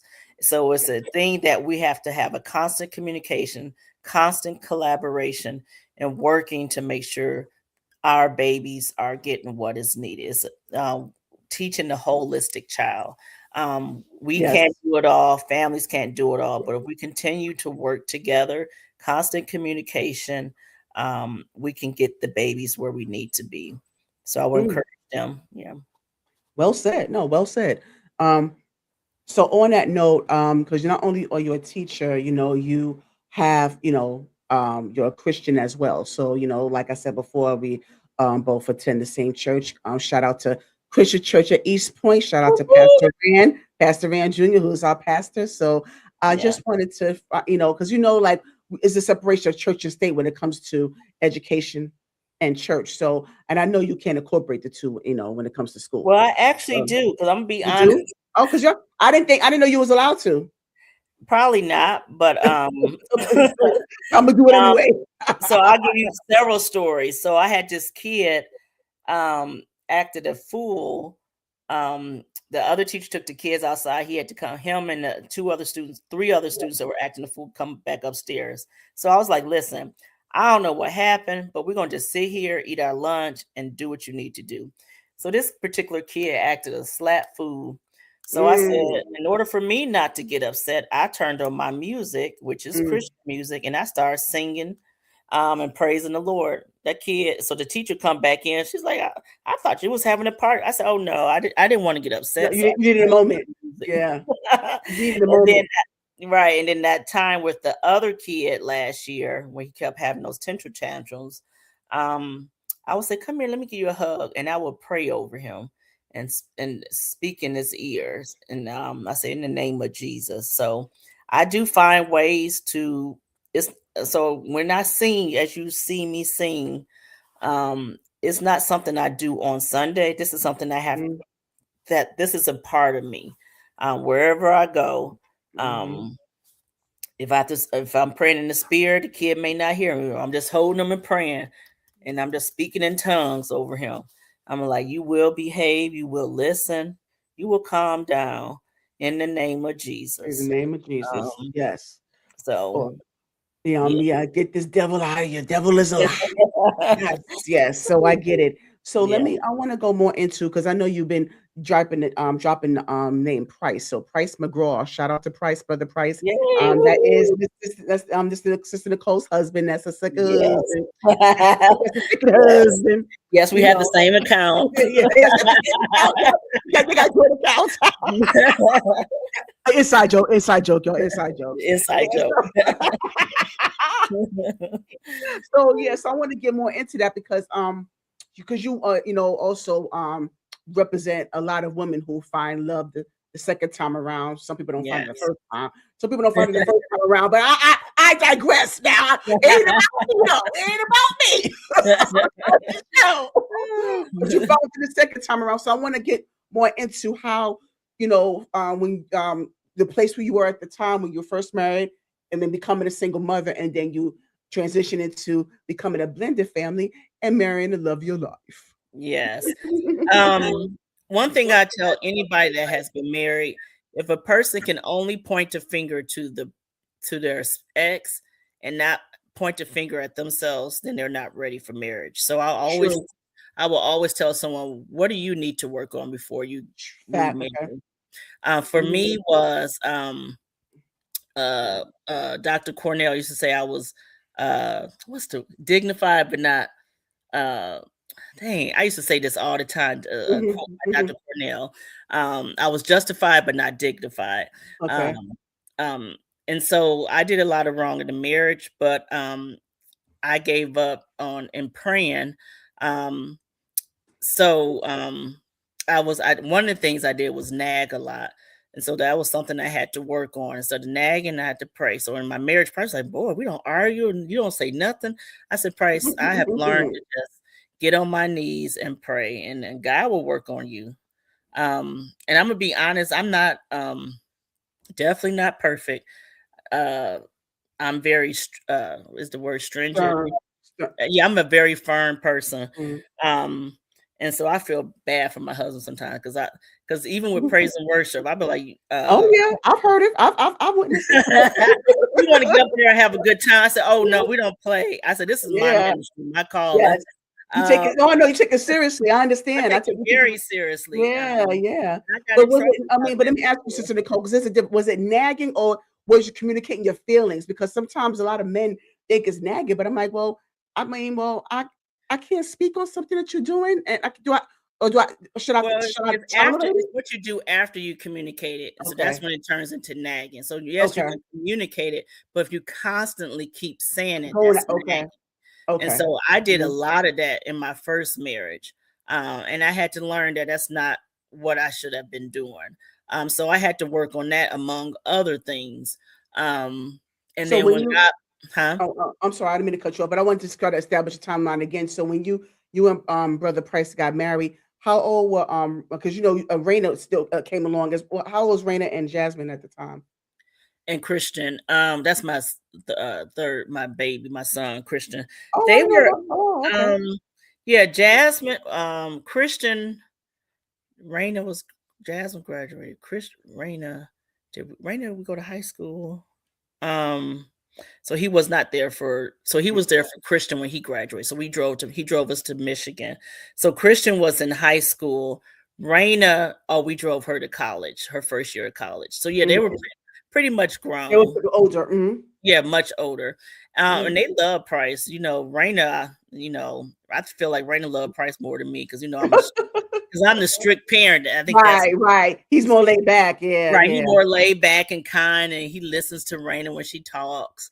I'm just like, let's get to the point.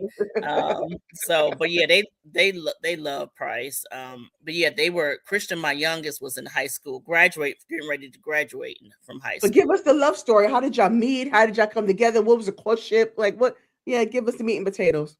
We met at Christian East. We met at the church. At the church. Oh, Yeah, I okay. never noticed Price. He was real close with Elder Willie. Um, and then I was actually dating somebody else at the time. It was actually my college. We want to call him my college sweetheart. Um, so Price eventually texted me and said, "Hey, you want to go out for lunch?" I said, "Well, we better hurry up and go out to lunch because I think my college sweetheart is going to propose." So What?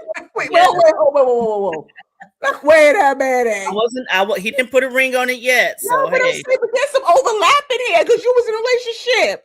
Yeah, Ooh, we only went out to dinner. I mean, oh, went out to lunch. But I had told him, I that's still said, a date. yeah, That's still again, I was not engaged. I would tell any woman until you put a ring on it, you are open to see your okay. option. But needless to say, I did not marry that other guy. We actually would not um Compatible. was not a oh my god, it was horrible. Um Mm, mm. I'm so grateful. And this was his second time trying to propose to me. I said it's not meant for us to be together. Um Yeah. But you said, wait a minute. Go back. You said, well, you need to hurry up and take me to lunch before this person proposed. Like what? Right. I didn't want him to he kept bragging about how he was going to propose to me. So I just told Price when he asked me out, I said, "Okay, well, I believe he going to propose to me. So before he proposed, let's go out and let me Why see would you what." want to wait till that time? I mean, why would you even want to, or like Listen, wait for that time to come? Like, why would you even entertain that? Or anticipate that?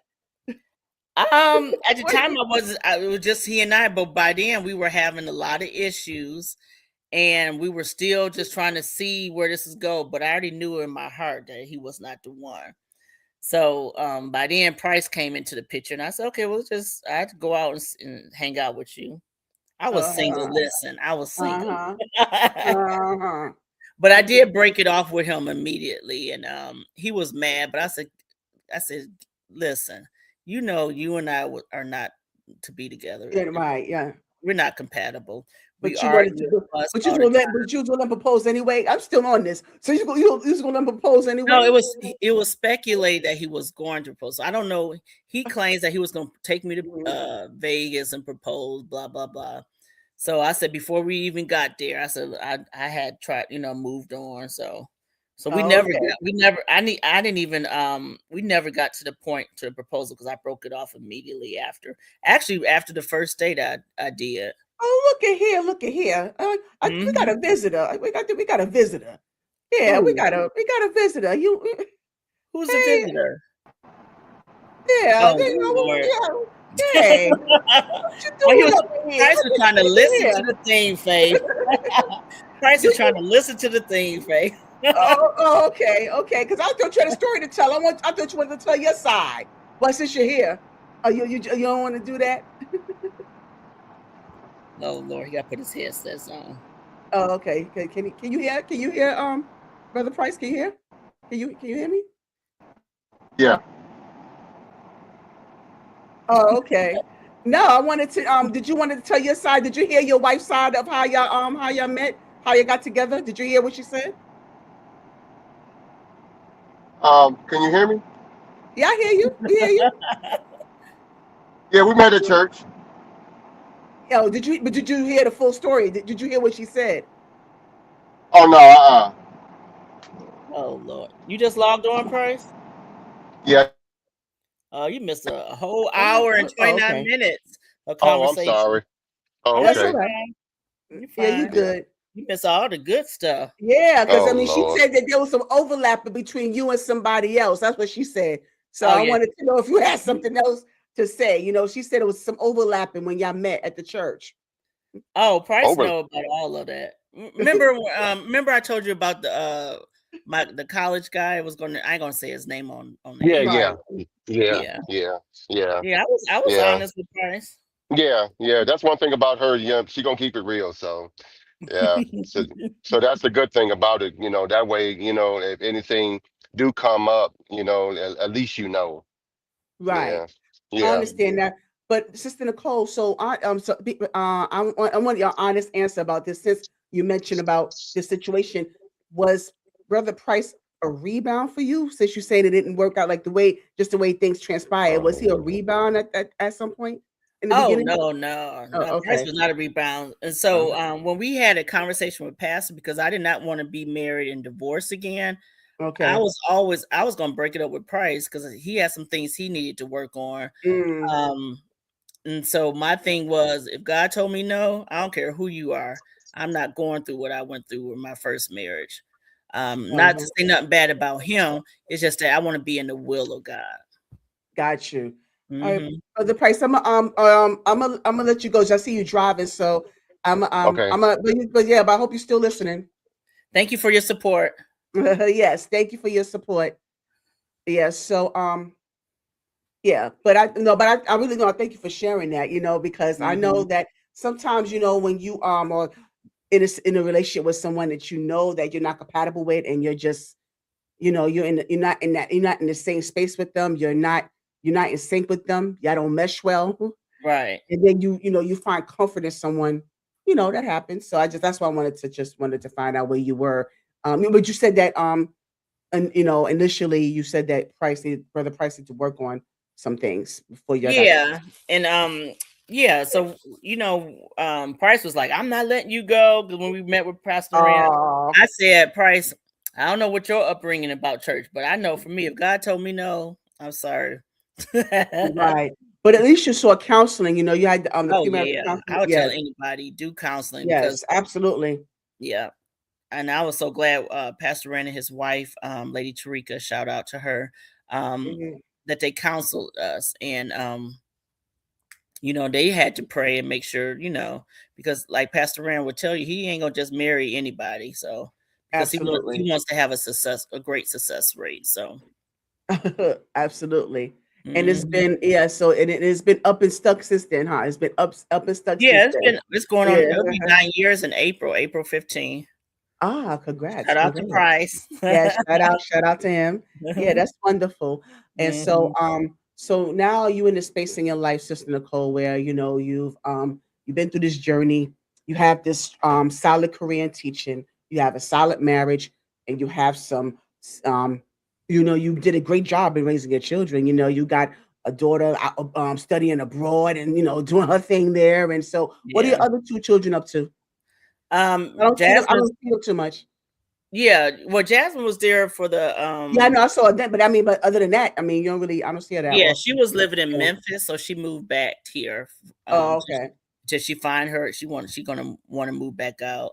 I said, well, you fine to stay at the house, but yeah. So she graduated. She has her bachelor, so she just working. And then my son, he's still in Michigan. So He's still in Michigan. Oh, yeah, okay. Well, I'm glad. he did start at college at Savannah State, but didn't finish. So. Oh, okay. Yeah, but Hmm. shout out to Jasmine, Raina, and Christian. Shout out to all of them. I hope y'all watching. Y'all better be watching Yeah. your mama up in here. You know. Hmm. Yeah, they knew about this, right? They know. Yeah, I sent Uh, them. I uh, didn't know. I sent them the link at the last minute because I didn't. I'm sorry. uh, I'm new, but yeah, yeah. The link to the show. Okay, well, I'm glad they're watching. Well, like I said, they're not watching live. The replay is there. It's not going anywhere. It's right on my channel. hmm. Make sure you like, comment, subscribe. I always forget to say that. Make sure you like, comment, subscribe, give the thumbs up. Yeah. But I wanted to have a little fun with you, Sister Nicole. Oh I want to, Lord. yeah, yes. So I want you to get your vocals together. Since you're a songstress, you like to Oh, sing okay, and okay. I everything. can do that. So I get your can do vocals that. together.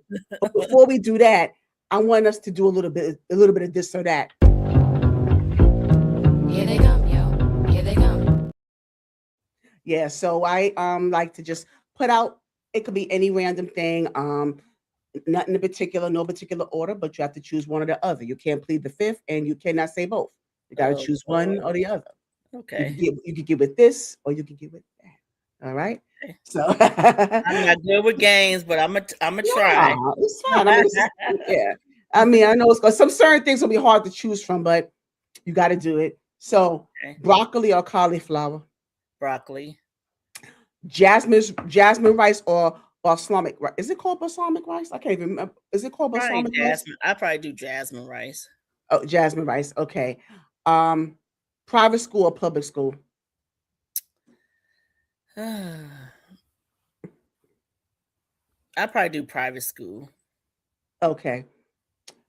Crayola crayons or Crayola markers? Crayons. Okay. Now, gosh, what I want? Track or marching band? Probably marching band. Okay. Creamy peanut butter or chunky peanut butter? Ooh, Jesus, I don't like neither. Oh, you like peanut butter? No, I was traumatized. No, ma'am. Why? What happened? What you Ooh, so traumatized? yes, Peanut butter? ma'am. Girl, you're gonna make me cry. So my upbringing was we back in the day, we didn't have free lunch. Remember, they just not doing it. Yeah. My mom did not, for whatever reason, could not afford for lunch. So she would But, mix but free peanut lunch, I butter. mean, that's free for lunch. It's free. Yeah, but not back in my day. It wasn't that they didn't offer free lunch.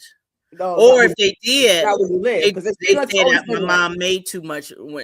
But really, if a single mom raising 3 children, if you made Really? anything over, so the system is Oh, that's only what you were. Okay. the system is only to Mhm. keep you making nothing. And if you make a Yeah, little poverty something, level. right? Mhm. So Yeah. yeah, so that was peanut butter we had to eat mixed with something else. I said, I have never fed my Oh, kids peanut butter and jelly. Price no. loved peanut butter jelly. I said, please Yes. get out my face with that. Oh my goodness. Oh, Oh. man, that's a no, no, Oh, no, I'm, no. I'm sorry. I Mm-mm. didn't mean to trigger you with the peanut butter. I didn't mean to So trigger you. neither. I do not. Mm-mm. Oh my goodness. I'm so sorry. No, ma'am. Oh wow. So Mm-mm. Byron Cage or Israel Houghton? Israel Horton. Ty Tribbett or Kirk Franklin? Ooh, they both made some good music. I'm gonna have to say Kurt. Okay. Jacqueline Carr or Tasha Cobb. Lockhart? No, oh, well, not Carr. No, Lockhart. The Tasha Tasha Lockhart. Lockhart. Probably Jacqueline Carr. Okay. Why'd you make that face? Why'd you react? Why'd you respond like that? I would just had an image of her, even though the girl can sing, but Oh, mm-mm, okay. Oh, you're a mm-mm, hot mess. Okay, I get it. I get it. No, all right. mm-mm. All right. So I want to give you a real good one. I'm gonna give you a doozy right here. Oh Lord, I want to get you you were real good. good for now. Yeah. No, I want to get you real good. I want to get you real good. Let's see. Um, okay. Dottie Peep. Oh, Vanessa Bell Armstrong or Shirley Caesar? Vanessa Bell Armstrong. Oh, okay. Yeah, she's underrated, by the way. Yeah, I think she's underrated to me. Hmm. Yeah. All right. All right. So I think this is probably the last one I might give you. Let's see. Because I wanted to really sink in. I wanted to sizzle in your spirit. Yeah, yeah. So okay. Um, It Is Well With My Soul or Old Rugged Cross. Oh, Rugged Cross. Nice. All right. See, thank you. No, you play so well. You play so well. Thank you, I thank you, thank survived. you. Yes, but you're not done yet because I told you got to get your focus together. All right. So this is what I like to call sing it how you read it. Yeah, yeah. Yo, Addison, singing challenge. Yeah. So Now, did Pastor Rand have to do this too? no, he had to preach it like he read it. Oh, okay, Yeah, okay. he ain't do a good job at it. You need to watch that one. He ain't doing so well. But Pastor Chris did his thing on that. Oh, Watch really? Pastor Chris. Oh yeah, he did his thing on that one. So yeah, that's a whole nother segment. Yeah. So I'm gonna have like some random topics, and it's gonna be probably topics you don't even expect. It's gonna be some, but you're going to think of a song on the spot. Can it be a made up song? Yeah. Oh, okay, Yeah. okay. But that's what I want you. You're supposed to Okay. make it up. You're supposed to make it up. Yeah. Or at Okay. least maybe if you want to do like a melody of a song, that's fine too. But I'm going to just put it out there. All right. Let me All right. Hope I do well on this. Yo, I need a yeah, I just need a let me get a yeah, I gotta get an eraser. There we go. All right, so here we go. Get a halls out. Yeah, yeah, that's right. Yes. Yeah, moisten your vocals. Yes. Ready? Mm-hmm. Oh, I cannot see that. Yeah, I'm adjust it so you'll see it. Oh, blowing spitballs. Okay. Blowing spitballs. Blow spitballs out of your mouth. Blow spitballs out of your mouth. Blow spitballs out of your mouth. Make sure they make it in the trash can. Good. That's a good one. That's a good one. Eating pasta. No. Oh, eating paste. Okay. I'm eating paste. I'm eating paste. It tastes so good in my mouth. I'm eating paste, paste, paste, paste. I'm eating paste today. No, that's good. Oh, I like that. That sounds so lovely. That sounds so lovely. Thank you. That one's licking windows. All right, licking windows. It's 6:00 in the morning, watching my husband Oh, licking the window, saying, "Please come you here." lick windows? 6:00 in the morning, I looked out the window and saw my husband looking at me. He was licking the window, licking the window. He was licking the window so well. He's licking the window, licking the window. I said, "You're looking like a fool." What's the price? You lick windows. Let me find. Oh, you lick windows? He's like, "Lord," that's his favorite word, Lord. So you just see now. I'm gonna. That's gonna be running gag. Wait till I see him on Sunday. Food fight in the cafeteria. All right, food fight in the cafeteria. Do you see what I see? A food fight in the cafeteria. I said, "Who was handling that?" I said, "Who was handling those kids?" You really good at this. You're playing. You came to play. Like, share, comment, and subscribe. I gotta sing that too. Yes.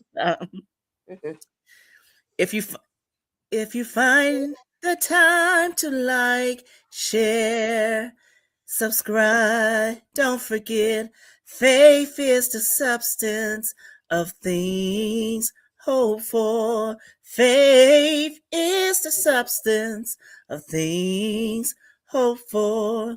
Make sure you like, subscribe today. I love it. I love it. You know I'm going to use that. I'm going to use that. I'm going to definitely use that clip. Thank you so much. You did so well. Oh my goodness. Oh, I love it. I enjoyed that so much. Thank you for having me. Yeah, but I have two questions before we wrap up though. And Okay. I definitely want to hear these answers from you. So if you have the opportunity to have 5 people at the senior table, dead or alive, who would they be and why? I need the why for each one. Okay. Growing up, I was just infatuated, loved to hear the speeches of Dr. Martin Luther King Jr. I would love to have a conversation with him and get his thoughts on one God, if he was a true believer, and his vision for the future. Oh, Um, okay, nice. whether people like him or not, he played a pivotal role Oh, in the Black mhm, community, Black and Brown community. So I would just want to talk with him. Another person I would like to talk to, um, Whitney Houston. Um, mm, I used to, when I was younger, I used to sing, I Believe the Children Are the Future. I mhm. used to sing in a lot of talent shows. Um, Okay, I can and see that. Whitney Houston had a battle with living for God or God and the way of the world. Yes. So I just was so enthralled with her voice, and I just Mhm. want to just have a conversation where I can minister to her. Oh, nice. Um, Another person, um, I wish I could, I don't- maybe David, King Mm, David, King David. because he Mhm. was a worshiper, praise and worship. What were you thinking when you was looking at that woman? Oh, um, thank God we weren't living, God didn't treat him like Saul, but it did come with a cost when right. it Mhm. did come with a cost, and his children also paid for that. Um, I just would love to just be in worship with him because he was such in praise where his clothes came off. Yes. Um, and so people don't understand that level of praise Mhm. because David danced he was in worship where his clothes literally came off. So I would like to have a conversation with my mom, um, Yes. just to really had a heartfelt, especially her upbringing, Yes. because trauma is real, um, Yes. and why she never or waited to deal with that trauma. I would like to have the conversation not as her daughter, but a different person, so I Mhm. could get to really honest and get into the gritty.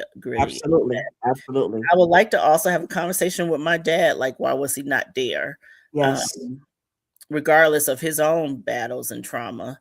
And then the last one, I would like to have a Mm. conversation, if it could be possible, with my younger self. I would tell Mm. myself to Oh, believe it. wow. Nice. I made a lot of mistakes out of fear. So I was a Mhm. person try to please people because I didn't know who I was. And I would tell my younger self, you're gonna be okay. God will restore all, and just continue to walk that have faith in God. Oh, amen. I like those answers. Good. Very, I like that. Hmm. Now, this is a question again I love to ask, and this comes from the late James Lipton from inside the actor studio. So, Nicole McGraw, when you enter into the pearly gates, what would you want God to say? Oh Lord, I will hope and pray. I would like God to say, "Well done, my good and faithful servant." Mhm. Amen. And I want to tell you here right now, well done, Sister Oh, thank Nicole. you. Yes.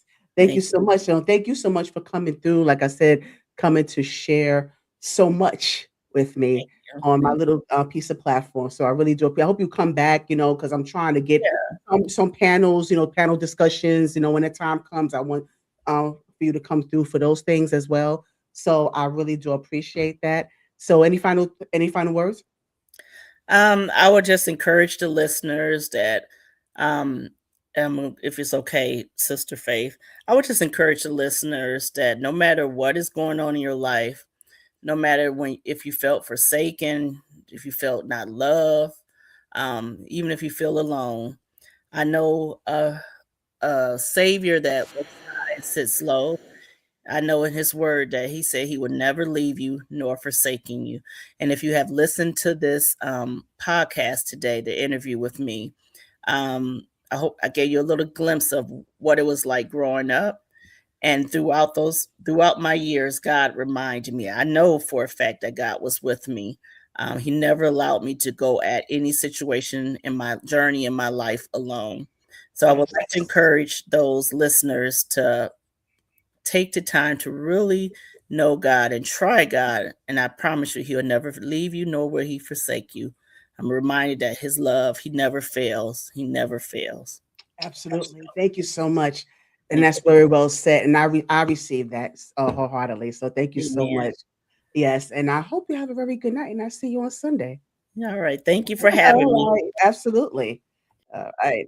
Yes. So that was Nicole McGraw, a teacher, woman of God, mother, wife, all the things, all the things. So I just really hope that you receive all of the things that she said to us, all of the gems and all of the knowledge that she gave, especially when it comes to the education piece, and especially when it comes to the spiritual piece, because those two go hand in hand, by the way. So I just want to hopefully you're able to, whether you coming in through this live right now or whether you're watching a replay or you was in the bushes receiving all of that was given unto you, please make sure you receive it wholeheartedly. Take it with you anywhere you go. And I hope that um, you enjoyed this because this is actually my last interview of the year. So just to have her on is a blessing for me as well. So I'm looking forward to having more guests to come on in the new year. So I'm gonna keep you posted on that. So and please make sure that you go to my socials. The links that I have are in my channel. I've been doing clips. I've been posting many clips of previous videos and previous interviews that I've done, so please make sure that you go come to my channel and watch those, and enjoy the content that I gave you so far. I will really appreciate the support. Make sure you like, comment, share, and subscribe. And in the meantime, have a good